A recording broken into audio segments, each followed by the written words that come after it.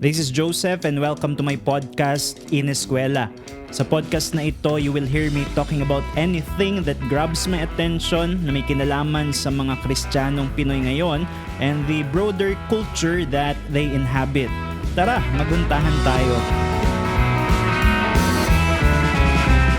Hello mga kahuntahan.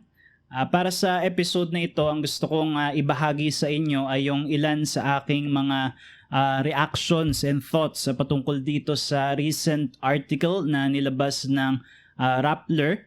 At I think na itong article na ito is actually one of the many articles na nilabas nila in order to celebrate this so-called Pride Month. So alam natin na itong Pride Month is an opportunity for individuals as well as organizations to signal their support of the LGBTQ plus community. And Rappler is actually at the forefront of that. Not surprisingly kasi hindi naman tago yung pagiging progressivist ng Rappler. So this particular article na nabasa ko, ang title niya ay When Will the Church Learn? So you can imagine why that would be of interest to me dahil isa akong church personnel, although ang tinutukoy nito particularly ay Roman Catholic Church. Now there is not much yet to suggest what the article is about kung ang pagbabasihan mo lang ay yung title, When Will the Church Learn? But what really caught my attention is the caption that they placed in their Facebook post kasi of course if you post an article on Facebook, maglalagay ka ng caption and presumably yung caption na ilalagay mo is a caption that tells you of the gist of what the article is about. And this is what the caption reads. When will the church learn to listen to the findings of science about homosexuality? Ang magiging assumption mo is that this article is going to enumerate scientific findings about homosexuality or the whole non-binary gender thing, because that's LGBTQ is all about. And it will do so in the hopes of educating the church and church people, which in the caption there is a suggestion that the church is anti-science, that because of its religious dogmatism, it has become blind to what the science is actually telling about the matter of facts in these gender issues and gender debates. Kaya ang nakalagay dun sa caption is, when will the church learn to listen? The church doesn't listen to the voice of science, to the voice of facts. And if there is anything that keeps them from holding to this binary gender belief, it is nothing but religious dogmatism. So that is what I expected from the article. Ano ba yung science behind LGBTQ? Ano ba yung science behind homosexuality and this whole non-binary gender thing? So dun ngayon papasok yung unang reaction ko tungkol sa article na ito, because the caption seems to be suggesting that this is going to be about science and its position against the dogmatism of the church. But as I read through the article, that is not at all what it contains. The article is more of an emotional appeal. And the article, the writer is taking some kind of a moral high ground in order to call for the church to embrace new gender paradigms. And the science is only mentioned in passing and it is assumed to be uncontested. So ang ipinagtataka ko talaga doon kung bakit yun yung pinili na Facebook caption para doon sa article, that it is about science and the refusal of the church to listen to the voice of science, when the article is in fact about another thing entirely. It is not really about what it portrays to be. There is no attempts to enumerate even the scientific findings that support the paradigm of non-binary gender categories. And I think that it is one way in order to communicate the message that this conversation should already be done because the science is uncontested. But I believe that this is actually nothing more than new leftism's dirty tactic of hiding behind the narrative of history kung saan nakikita ang Roman Catholic Church or any structured Christian religion in general as a force of suppression and persecution against progressive scientific minds. And it is not very hard to sell this for many people kasi it brings to mind episodes in history kagaya for example ng persecution kay Galileo ng Roman Catholic Church in order for Galileo to recant his view about the sun being the center of the solar system. So there is a kind of convenience in placing themselves in the camp of the likes of Galileo, the scientific, liberal, progressive thinker, against the Roman Catholic Church, which is driven by dogmatism in its hold to religious authority. And we know who is the winner in history. So it is an invitation to kind of be in the right side of history. But as I have said, this is a dirty tactic because where is the science? This idea that gender is a spectrum, that gender identities exist in the same way that colors exist within the wide spectrum of rainbow, that this idea is believed to be an uncontested science cannot be farther from the truth. Now, I'll say a few things about that later, pero gusto ko munang tumutok doon sa narrative na yung narrative of history kung saan nakikita yung Christendom in general as a force of suppression of knowledge. I believe that it is a very uncharitable reading of history. Uncharitable and simplistic in facts. Sa akin palagay, ang mas sophisticated na pagbasa sa history. I'm not a Roman Catholic, but with all the excesses of Roman Catholicism, I believe that Christendom was actually the historical prerequisites of scientific revolution. It was within Christendom that there was the first sophisticated attempts in order to unify various bodies of knowledge into one system of truth. So pwede mong tignan yung halimbawa ni Thomas Aquinas with its categorization of natural theology and revealed theology and all of its implications. So pwede nating sabihin that within Christendom, the mind was disciplined and therefore prepared for a kind of exploration, scientific exploration that birthed scientific revolution. After all, one of the highest values of Christianity is truth. And there is a belief that wherever truth is found, then it is nothing but God's truth that is actually found. And in terms of theology, because there is a creator, God, and nature is in fact God's creation. Therefore, there is an expectation that there is order in creation and that it yields truths that are consistent to God's truth. So you have men like Johannes Kepler na sinabi niya that whenever he is doing exploration and learning things in matters of astrology, etc., he is simply thinking God's thoughts after him. So Christendom was the historical prerequisite for the scientific revolution. So we must really study history, learn from its mistakes, but also give credit to where credit is due. It is virtuous to do so. So side note lang yon na tungkol sa history. But going back to the question, where is the science? And I think that is the heart of this debate really.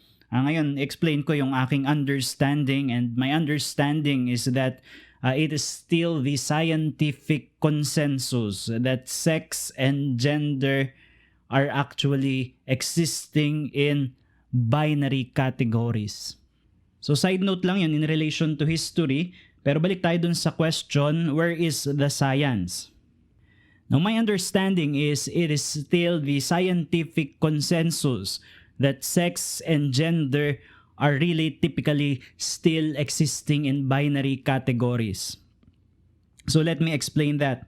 Una, pag-usapan natin yung on the side of biology, yung issue ng sex. And biological indicators still give us a pretty neat classification of sex in terms of binary categories. So pwede mo tignan yung mga biological indicators as basic as sex chromosomes. When you have an XX chromosomes, then that means you are a female, and if you have an XY chromosome, then that means you are a male. Then pwede mo ring tignan yung gametes. A person who has an egg cell is a female, and a person who has a sperm cell has a male biology. And sa genitalia, if you have a penis, you are a male. If you have a vagina, you are a female.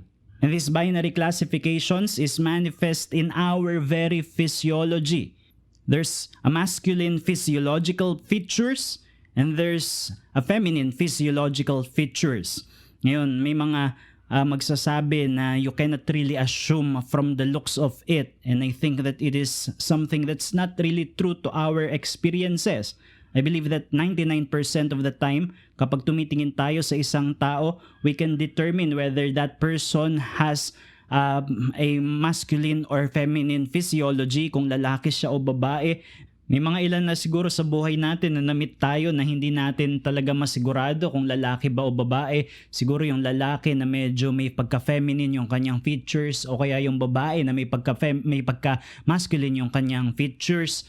But that's really on a very marginal case of our experience. Sex is binary, and there is no question about that. This is really undeniable, kaya from the LGBTQ community, there is an attempt to separate gender expressions and gender identity from sex, biological sex. Now I understand that. But the problem is whenever they are seeking to actually argue their case for gender spectrum, they are appealing to what is called the intersex.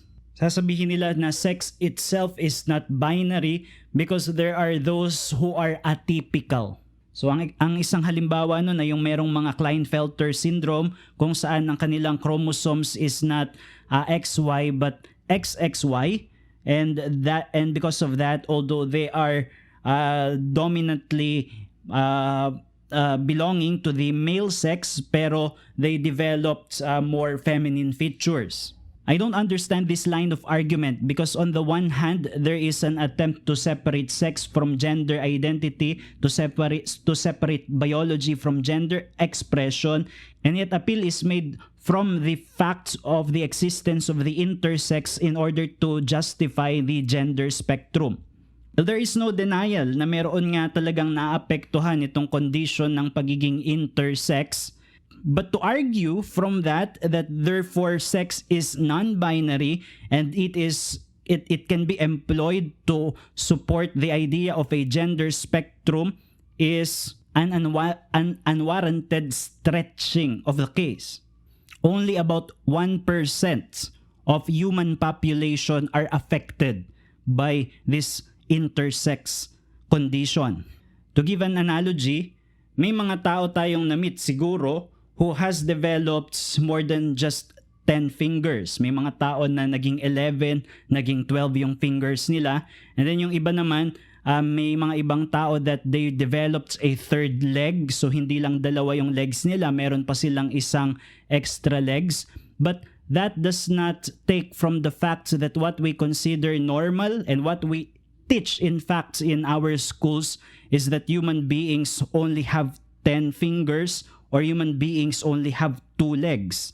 And what you are differentiating is the typical and the atypical, the normal and the abnormal. Now, to say that we do not really know how many fingers human beings have or how many legs human beings have because there are exceptions to what is normal is a wrong line of thinking. So the intersex is really affecting a very small minority of the human population, about 1%. Now, what about the argument that's coming from the separation of biological sex from gender expression and gender identity? The argument goes this way. Sinasabi nila na yung biological sex, okay, it is male and female, but anything that we add to it in terms of significance, in terms of expectations, in terms of personality, all of that are social constructs at yan yung tinatawag ngayon na gender identity or gender expression. And these two are actually unrelated, yung biology at saka yung biological sex at saka yung gender identity at gender expression. So yes, binary yung sex, but gender expression is something that is non-binary because it is not directly correlating to someone's biological sex. And to that, I say there's no science there as well. Why? Because there are also binary categories of processes ng fetal development that actually affects the development of the brain. If a fetus has an XX chromosome, ibig sabihin the fetus is a female, that will affect kung gaano katagal yung kanyang testosterone exposure.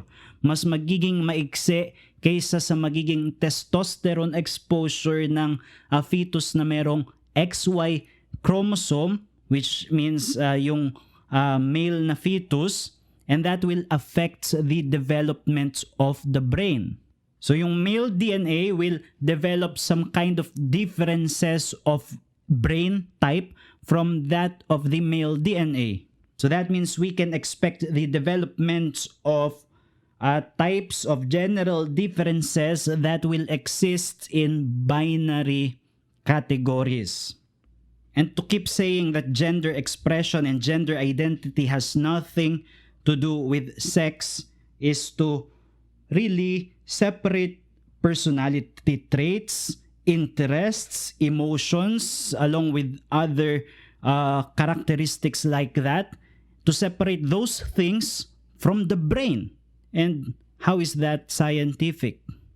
Now, launching from that observation na nagkakaroon ng developments that produces some kind of differences between brains of male type and the brains of female type, that means you would expect these differences to play out in society.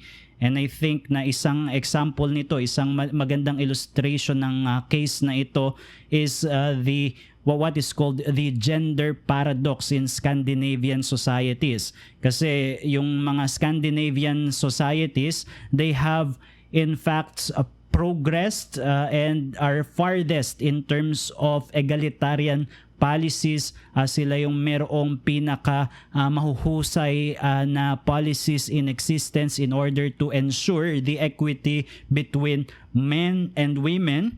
But what happened, interestingly, and not as what was expected, was that male and female differences only heightened. It becomes more highlighted.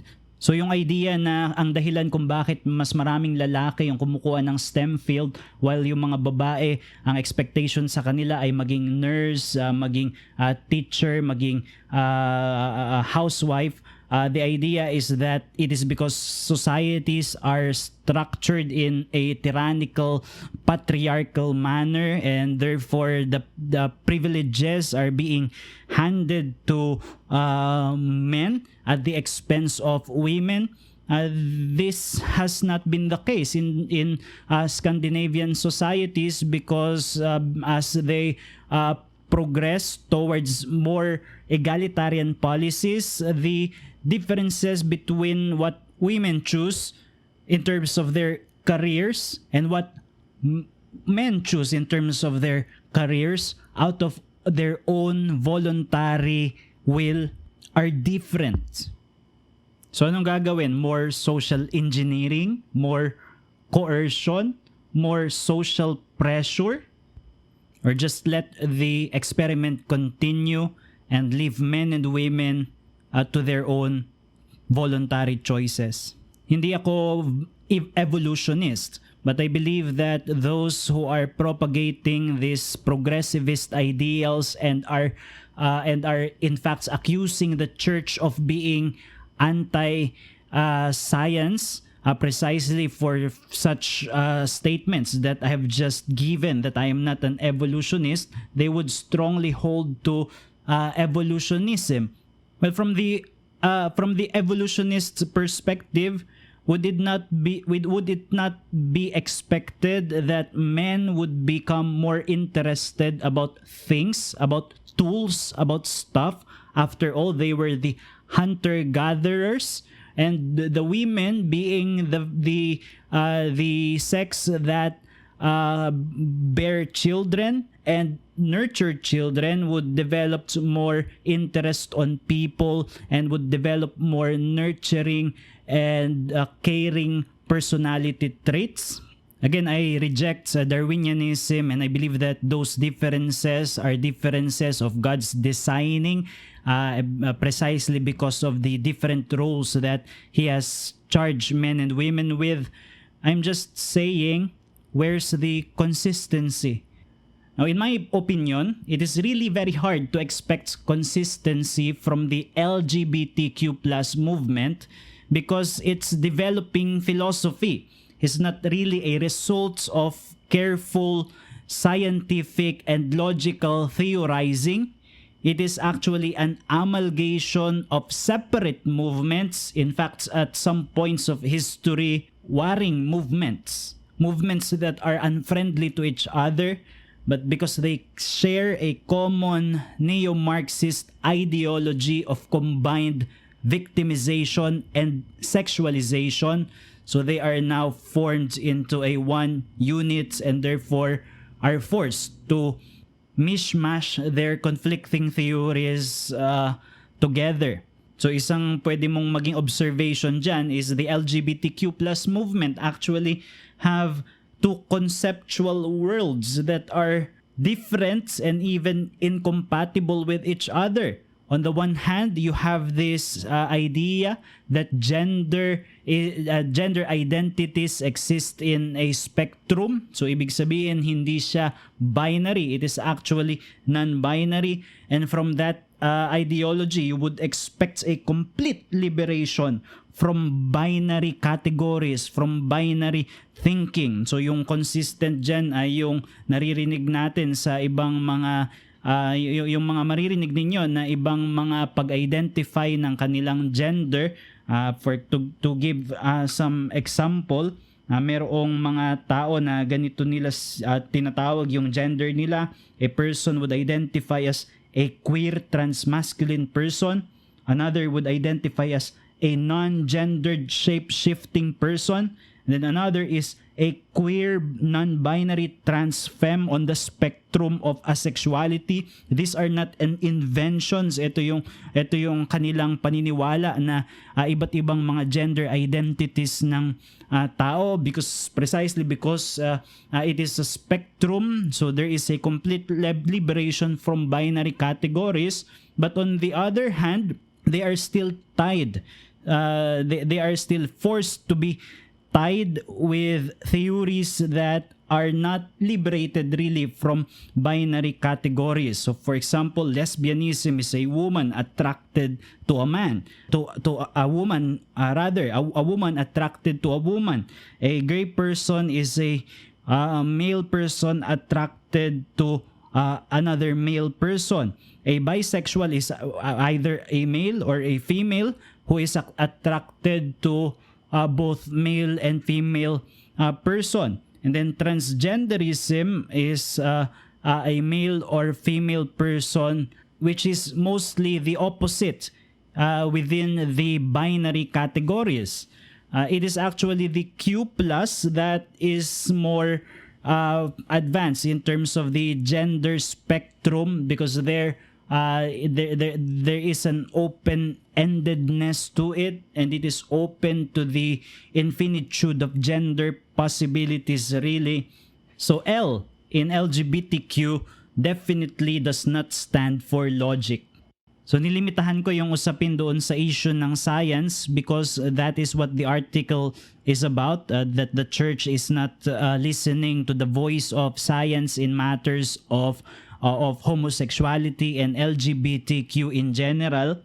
So kung itutuloy ko lang yung line of argument na yan, if you are a biological male and you are identifying as the gender of the opposite biological sex or vice versa, or kung ano-ano or kung anumang mga strange combinations na iniisip mo tungkol dyan, well, I believe that there is nothing in those scientific facts that I have mentioned that's keeping you from doing that. Outside of religious thinking, you cannot really deduce an ought from an is.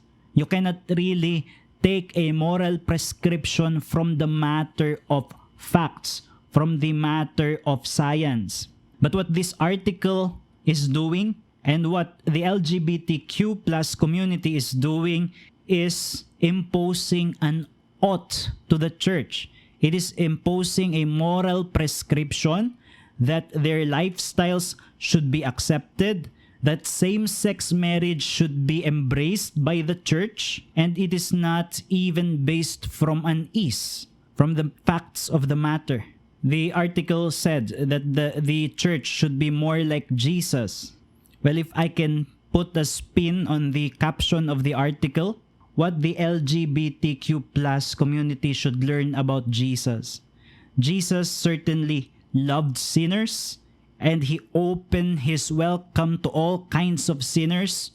Homosexuality is just one of the long list of sins that you and I are guilty of and condemns us before God. But Jesus offers forgiveness and salvation and redemption for all those who would come to him in faith and surrender, who would embrace him as their Lord and Savior.